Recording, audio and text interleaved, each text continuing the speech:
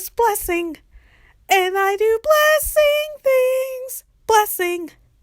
And when I do them, I always smile, because blessing makes the world go round. Yes, blessing makes the world go round. Hola, peace. Welcome to the first edition of Casual Blessings. Yeah, that's what I'm going to call it. I was inspired by all of the sat chats that the Frugal Crafter does once a week on Saturday. And I think she started last year because the plague happened. And while I can't guarantee I'll be able to do a Casual Blessings every single week, I will try and do them whenever there's like a time where I don't have a fully finished piece of artwork. But maybe perhaps in the future, when I have a bit more time on my hands to make and edit more videos, I will do more Casual Blessings. But this will be formatted a bit differently than hers, where she just sort of sits in front of the camera with like her notepad of things to talk about. I will actually have like video footage of just more like light video footage, not heavily edited stuff of like things that I am talking about and some of the struggles that I have had to deal with this week, which there were kind of a few. And just really sort of is kind of like a vlog without it being all up close and personal in my life. I think that's kind of like a nice boundary to have. So in this video, we're going to talk about what happened to my Crayola box paleto of gouache. We're going to talk about some of the plein air / urban sketching sort of kit things that I have been working on. I am also going to show you some of the pages that I have been making for like a watercolor sketchbook thing. I am also going to talk about following the white rabbit and how she basically inspired all this within me. And so I hope this video is not too negative. It's just this week has been kind of an emotional roller coaster for me, so I have not been in the best mental headspace, and so that's kind of why there's not a painting to show you piece ofs. But also, I want to do more than just one painting video every week. I want to do like a lot of different crafts and everything, because I love crafting. Like, I know there's like art YouTube with like all of the big artists and such, but I prefer more of like the crafting YouTube, as well as like the sculpting YouTube and stuff like that, because I love crafting. I really do. I watch some art YouTubers sometimes too, but not to the fullest extent.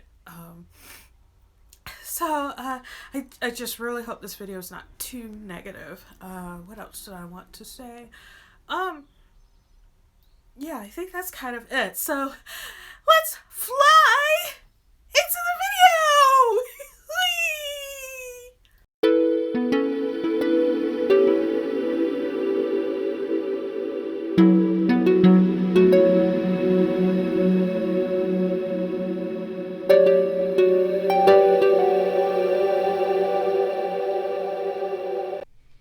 Alrighty, first off, I just wanted to disclaim and say that my whole house is basically organized chaos. So it's just cluttery. So while it may look messy to some of you, it's like in my element, and I do my best to clean up and stuff, but I am still doing my deep clean and everything. So if you don't like organized chaos or clutter, then you probably shouldn't watch these like Casual Blessing videos and such. I'm sorry, I don't really want people yelling at me for my clutter and things like that. Anyway, so this right here, kind of had a bit of a journey with this. So I want to say maybe a year ago, I discovered a YouTuber by the name of Following the White Rabbit. She is an urban sketcher / watercolorist. slash very, very happy person, and she instantly became one of my favorite art YouTubers. And she has videos of her like urban sketching kit, what she brings with her, and things like that. But so that really intrigued me, but also what really intrigued me is that she has this like folding board that she clips her paper onto, and her paleto and things like that. And she can draw standing up. She can basically go anywhere, draw, paint standing up, sitting down, without having to like have a tripod.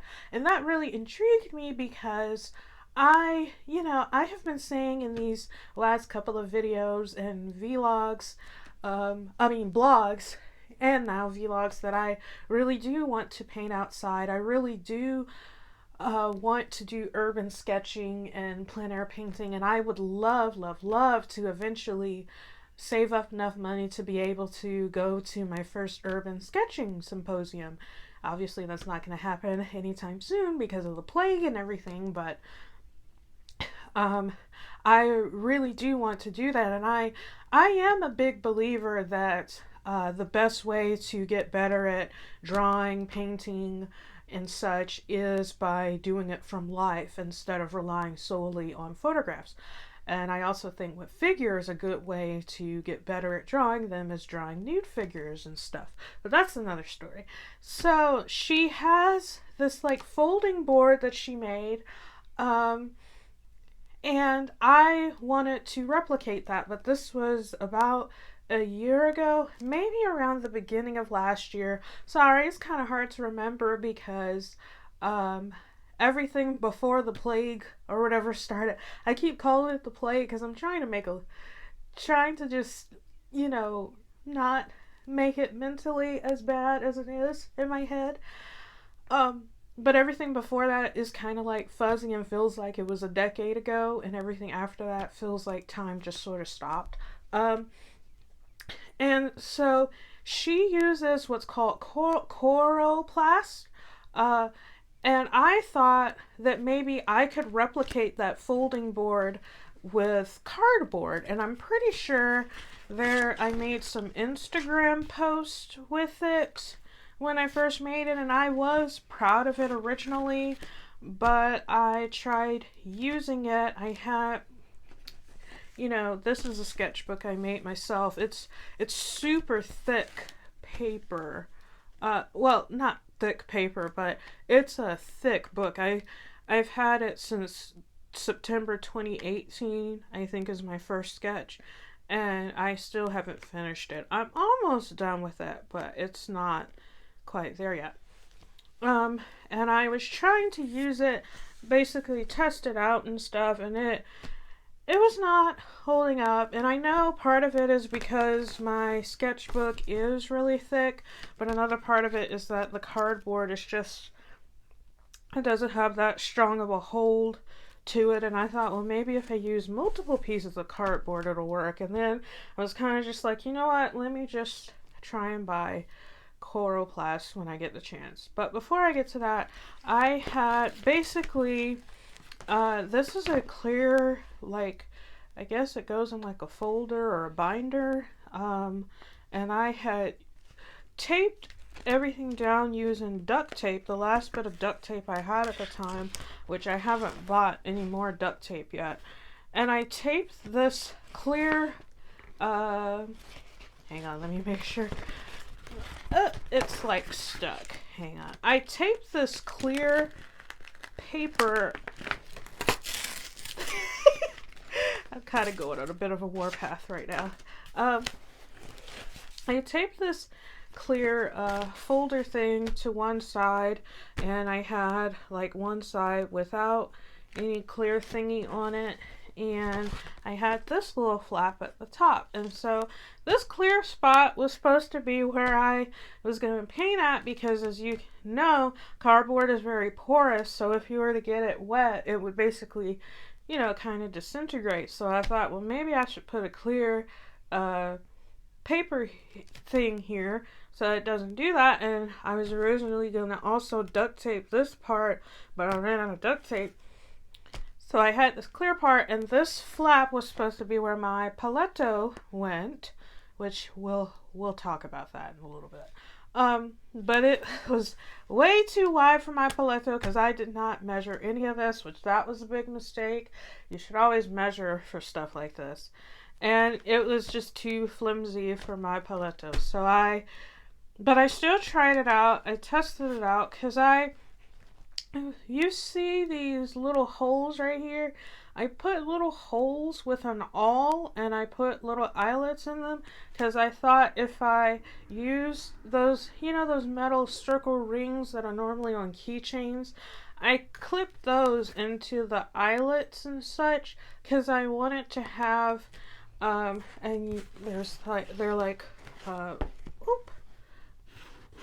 me see if I can show you. There we go. Oh, no, there we go. They're on these corners too, because I thought about having, where is that? I don't know where I put it. But I had this strap from one of my luggage bags that I hooked on the two catty corner edges. And I thought maybe if I strap it around myself, it'll hold up and fold out like a book or whatever. And it did work, but then I put weight on it and it basically kind of collapsed. But I still tried this out before I did the coroplast, and I liked it in the sense that I was able to create art standing up. I couldn't do paintings because the paleto wouldn't stay flat.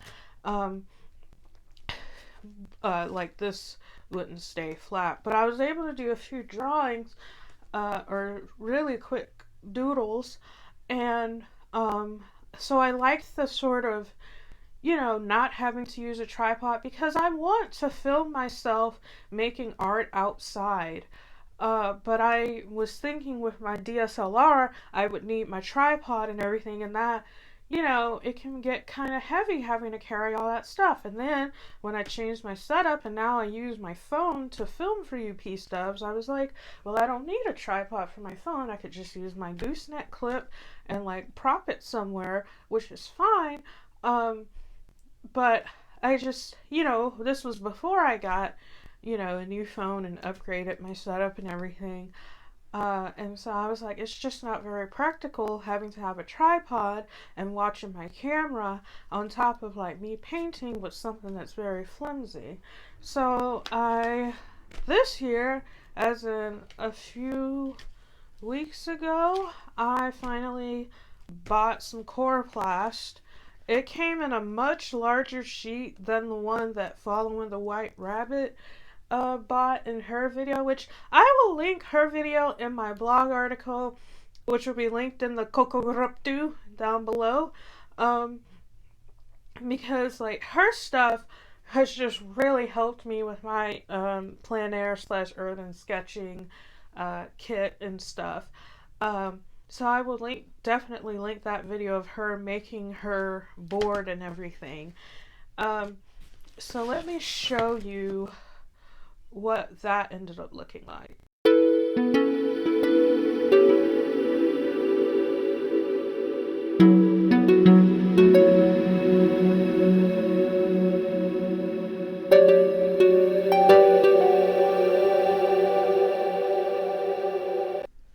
So this is what the board looks like. So it is like a book, but I have a greeting card taped right here because this is supposed to be what I was fixing to work on before what happened.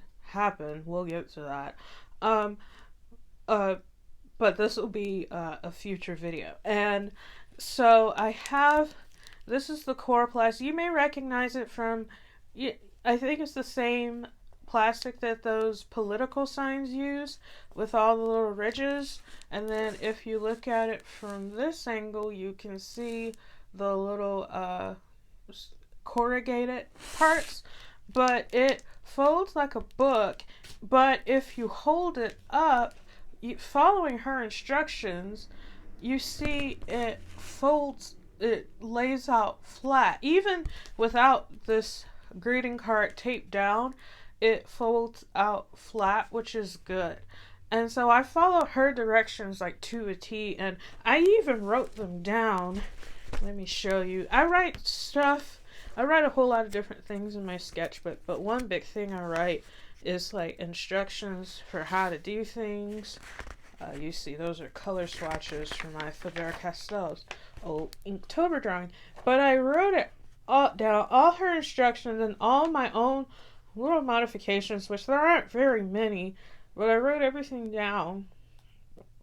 And I just, because I want to make future boards, I want to make boards in the future that are possibly smaller, because I made this kind and it's like really good width-wise, but length-wise is a bit long because the paper I'm using is like 9 inches length-wise, I think, and like each page is like 12 inches wide because I'm just basically ripping stuff out of a 18 by 18 width-wise by 12 inches length-wise sketch pad.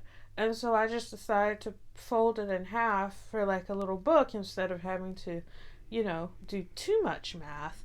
And so it's like fine width-wise for my bag, but length-wise it's a little long because I had to accommodate for my paleto and everything. And we'll get to that. I know I keep saying that, but we will get to that. And I also I made these faux straps because I didn't want to use my awl again to poke into this plastic because I was worried it would eventually just pop off, like, rip off a plastic, kind of like whenever you rip a hole that's done with a hole punch and you can never quite get that paper back together. So I made these faux straps and tried to hold it with the strap that I had, and I decided to just scrap that idea and just hold it with my hand when I'm out plein air painting like so, because it is very sturdy. And I haven't tried it fully yet, which is why I was going to be doing this greeting card, but also I'm trying to not burn myself out by pressuring myself to make a fully finished painting every week. So I want to do a variety of arts and crafts and things. So I was just going to do like a smallish sort of painting thing, and the greeting card is like a perfect size for that. And I thought it'd be a great way to test this out. So I really recommend following her tutorial for the corrugated coroplast or whatever, so that you can also hold your stuff up like this and not need a tripod and such.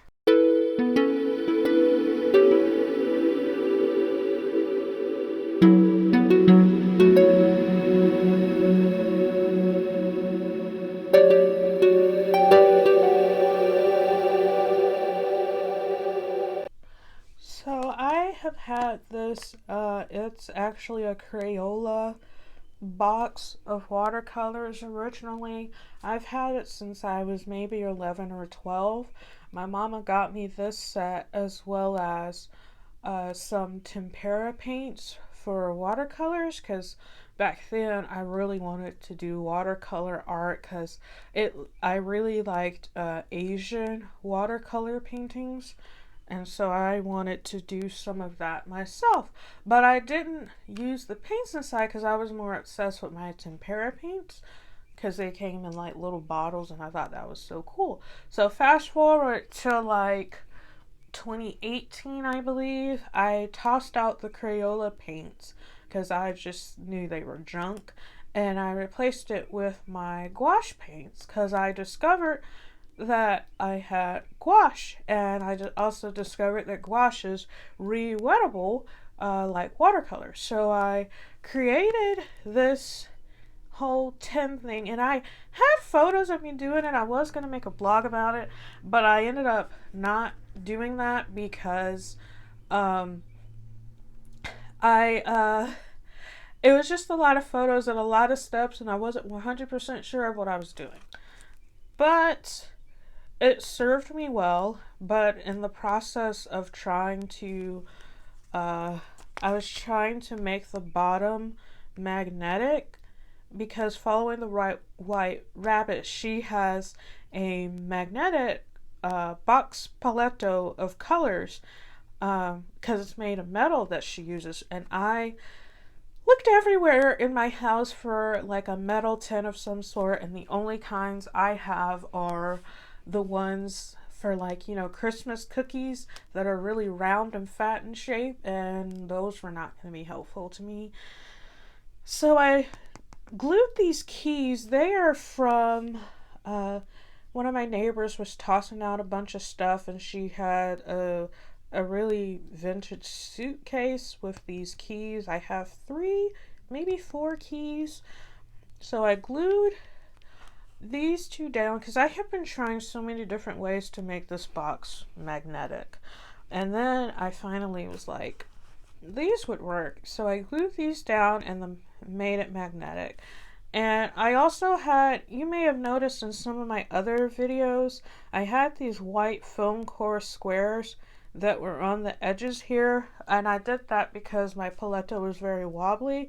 Because at first, before I glued these down, for about a year I had like a little strip that I glued down for me to hold my painting in the air while I painted, and I like that, it really worked just fine, but it just wasn't practical for when I was trying to paint outside. So I took the strap away, I took away the foam core pieces, and tried my best to go back to what it originally was. All this happened over the course of a few days, by the way. And so I made it magnetic with these, and then I tried to make it so, because I took off the white strips of foam core that were over here, the hinge part where the colors where I paint with the colors, sorry, words are a bit hard. I've been a little bit nauseous lately, not because of the plague, because of some personal stuff. So the part where I mix my colors, it no longer, like, it would open up, but it would fold over in such a way that it would prop up the rest of the paint at like a weird angle. So I thought about, used my glue gun to make a little bit of an extra hinge down here so that when it opens it folds flat. But then when I did that, and we'll get to why the cover is no longer there in a minute. Yeah, this happened. It ended up, the hinge broke off. And so this part is where the little plastic hinge broke off at. And this part, it looks fine right now. Oh, my finger's covering it. It looks fine right now, but I kind of think at some point this hinge will also break off, because I may have been a little too aggressive with my glue gun, as I tend to be. But this broke off, and I tried to re-glue the little hinge that broke off, but it kept breaking off. So then I just glue gunned this area, and it kind of works, but kind of doesn't. And it's just not the way that it used to be, which was very upsetting, because this, like, I have really used this small Crayola tin. It's not even a tin, it's a plastic paleto. I have used this small little plastic paleto like to the fullest extent. We have been through so much together, and I know people laugh whenever they joke about Banga losing his paintbrush, but seriously, ask any artist who has been using certain art supplies or whatever for a long time. When it breaks or when it gets lost or something, it is like one of the most devastating feelings in the world. And so the fact that this hinge broke off, it really, really upset me, because I was already dealing with some parts breaking because of all of the like headache-inducing things I did to make these darn flaps, which I definitely will not repeat this process. And so it was kind of cracking, like you can see, oh, sorry. you can see there's another crack right there, and this covers one crack, and it already wasn't like really closing fully and such, but I worked with it because I DIY'd this plastic box because I didn't have any other tins, you know? And so when it broke, it was like the most devastating thing in the world. This was like maybe Wednesday night or Thursday night, and I just could not paint for I could not paint the greeting card that I was making. I already finished the sketch and everything. I've been sketching a lot lately, and then this breaks, and I was ready to just unveil like all of the stuff that I have been doing with my plein air setup and kit and stuff, and then this just breaks, and I was very upset. And I have ripped off this cover because I wanted to change the cover right here. I wanted to change this cover because this cover has like the old link to my website, and this is an original character I made, but the design doesn't look that way anymore, and you know, this part's washing off. So I wanted to completely change this cover. So I was gonna cut out, you know, a piece of watercolor paper, do my design, laminate it, and then put it right here. But then this broke, and I was like, well, may as well not do that. And yeah, I think this was Thursday night, like literally before I went to bed. And I was so upset because I used these keys, which have really sentimental value, because the neighbor who gave them to me, her mother passed away. So she gave me a whole lot of stuff, and so it's like this is being passed down to the generations here, which, I mean, I can easily pry these off because it's glue gun and not like E6000 glue, but still, I had like a plan with these and such. So Friday, which was yesterday at the time of filming this, comes around, and I spend the entire most of my day trying to figure out what can I do, what can I buy, because I thought maybe I should just buy another Crayola tin, which will be really cheap, easy to fix up. I clearly know what I'm doing at this point, won't make the same mistakes that I made with this one. But then I thought, well, it might just break off again randomly and I'd be dealing with the same problem. So then I was like, well, maybe I should just buy like a watercolor tin because I've been eyeballing them for a while. I've been wanting to try watercolors and such, but I thought, let me just try and buy a tin. And what happened with that was a lot of the tins that I saw were about the same price as like a cheap set of watercolors that already have the tin. So I was kind of like, well, you know, I've been wanting to try watercolors and such, so let me just buy a tin with watercolors in it and then put the watercolors in a different paleto that I made last year, and use the tin for my gouache for plein air painting because it's magnetic, you know? That was another reason why I went the tin route. And so I ordered some paint, but it took a while for me to figure out what paints to order because there's so many different watercolor paints out there by so many different brands, and I just really wanted like a cool tin, you know? So I got like a set of 12 colors. It hasn't come in the mail yet.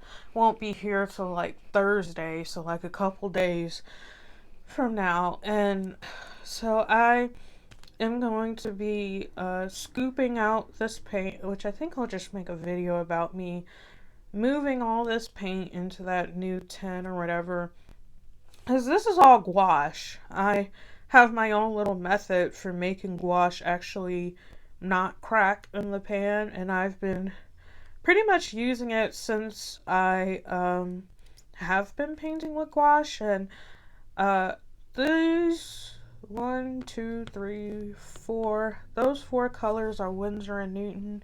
The rest are Schmincke gouache. And I really do like the Schmincke gouache better because it's a lot more creamy consistency than the Winsor and Newton using my method.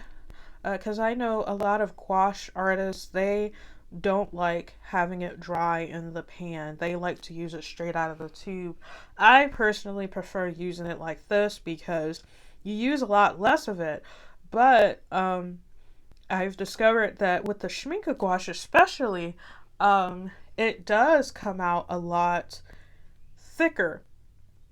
Like it gets really creamy and really thick whenever I spritz it before painting with it. And so I like the Schminke gouache a lot better, whereas with the Winsor & Newton colors, I feel like I was really having to dig into it. Um, but with the Schminke gouache, it is just always just like a little spritz, then wait about 5 minutes, and it is like just magical. So I'm gonna have to retire this because I just this is just really sad. Like I really hate the fact that this happened, but maybe it's a good thing because at least I get a set of watercolors and a new tin. But that just, I don't know, it just stinks. Like, because I know this Crayola Paleto box like inside and out, and now like I have to get used to something else, and like I DIY'd it.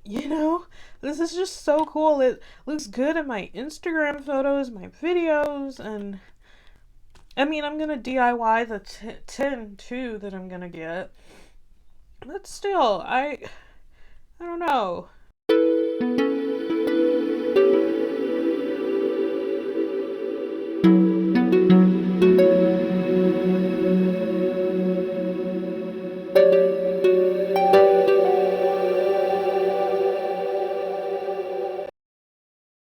Another thing I've been working on, I won't talk about this for very long because it's like on the ground and I'm like not.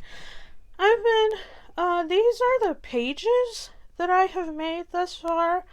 I was talking about, the pages for the board, the folding board that I made while following the White Rabbit's tutorial. She said you want to make the board, each board piece as wide as your page. So each page, see how it's like 18 inches wide by 12 inches in length. But if you fold it in half, it's like 9 inches. And so you see each page has like a little crease because I folded it and such. And I put watercolor ground on it because, I make my own watercolor ground. So I let these dry, and I need to flip them over and put watercolor ground on the other side because I want to, make like a little book. Well, I don't want to fully bind it and everything just yet because Following the White Rabbit recommends not doing that till after the book is completely done because it just it saves up on like weight and carrying it with you, especially when you're painting standing up and the only support you have is the board that you made. And so she recommends binding it like, in her case it's normally after the Sketchers Symposium or whatever. And so I like that because that way you don't have to have a fully bound book with a spine and everything. So I need to flip these pages over and paint and put my prime it with watercolor ground on the other side. And then I need to do more pages this way because the sketch pad I have has a total of 50 sheets. And I want each sheet to have my ground on it. So I need to do that. But I also need to order some more modeling paste because I'm almost out.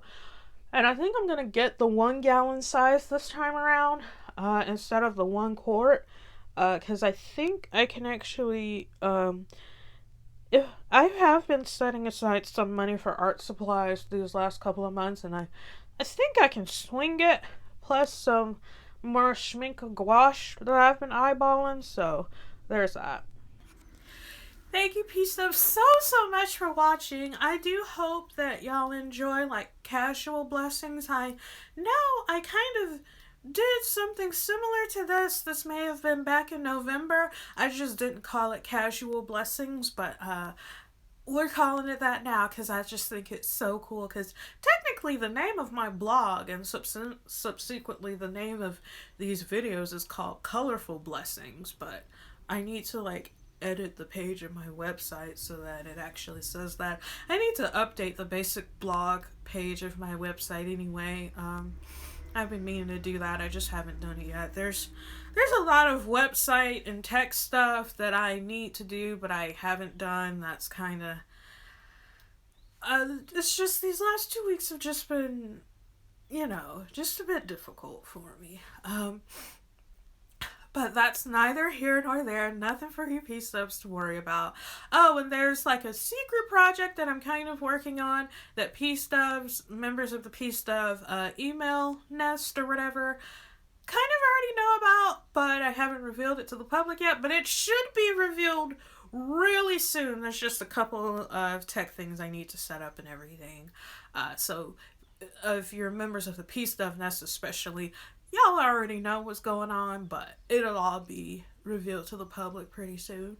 If you enjoyed this video, and if you enjoyed my blog article, or if you enjoyed both, it would mean the world to me if you became a member of the P-Stub Nest. Link is down below in the Kokorupdu.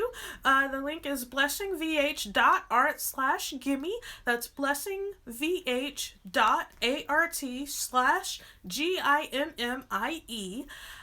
Members of the P-Stub Nest get a whole bunch of goodies that are all listed on that page, but the biggest thing that y'all get is 20% off coupon code on any item in my store when you become a member of the P-Stub Nest. It is completely free. I send out weekly newsletters and a whole lot of sneak peeks, goodies, and other stuff that I don't talk about publicly. So I really do hope y'all become a member of the P-Stub Nest because it's very popping over there.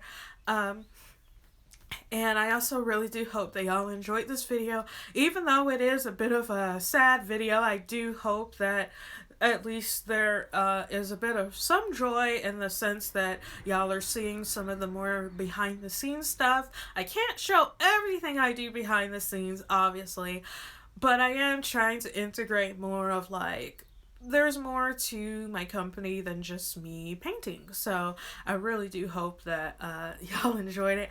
I actually enjoyed making it. It's nice to have a bit of a casual video where I'm not painting, because sometimes, especially with the last painting video I did, I have felt a bit self-conscious, because I'm just like, there's just this part of me that's kind of like, what if this painting doesn't turn out right? I'm filming this myself. What am I make a big fool of myself? But then I always work through it, but still, it's just kind of like, oh my goodness. So it is nice to just talk to you P-Stubs about some of the hurdles or some of the things that I have been having to do, especially when it comes to my plein air stuff, because all of my friends, they know me as like the small business owner who sells her own art and such, and so I always talk to them about all the stuff that I do from day to day, and it really is like I'm always working on my company, except don't really work on it on like the weekends unless I'm like having to edit a video, because sometimes it's just a bit hard for me to like make the video throughout the week and such. But I have been doing a lot of sketching. I'll have to talk about all of that in like a future casual blessings video. And what else? Yeah, that's pretty much it. I really have had fun just chatting with you guys, and just, even though this happened, that doesn't mean I'll stop painting for sure. Because this gouache can all be moved wherever I want to put it, and I am honestly really looking forward to this new tin I'm gonna get for watercolor, but it's gonna have gouache in it, and I can't wait to show you P-Stubs the watercolor paleto I made a year ago. I didn't want this video to be super long, because I mean, this is called Casual Blessings, so but anyway, I hope to see you P-Stubs again soon. Adios!